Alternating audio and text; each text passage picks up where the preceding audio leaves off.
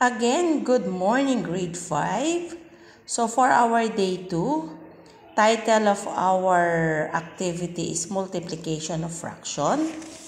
The second activities look like this.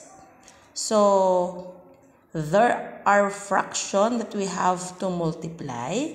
After we multiply, after we find our final answer, then you will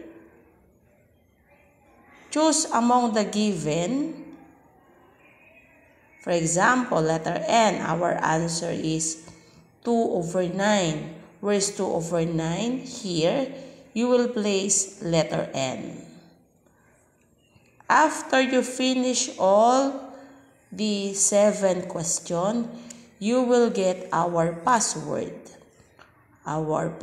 for the day. So let us have our first example, our letter N. 2/7 times 7/9. So a multiplication of fraction, so we multiply numerator to numerator, denominator to denominator. So let us have 2 times 7, it is 14. Then we have 7 times 9, so it is 63. After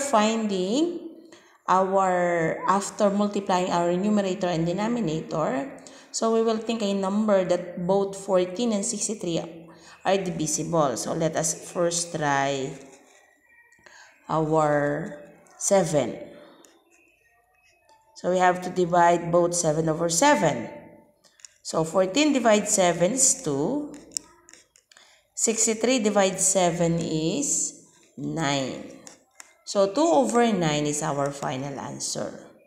This is the first method.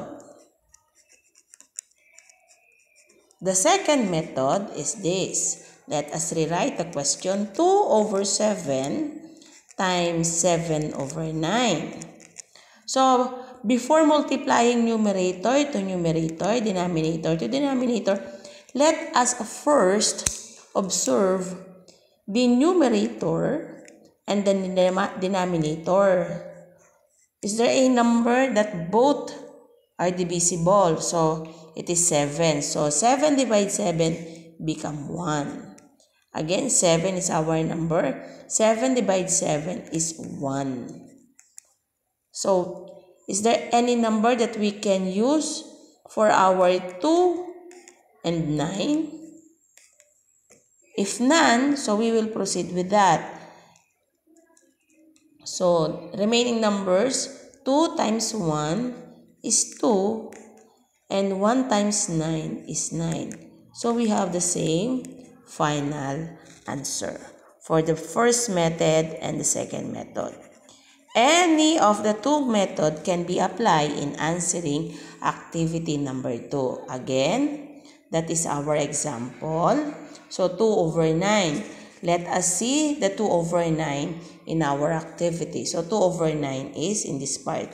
So we will place letter N because our number 1 is letter N. Okay, good luck again.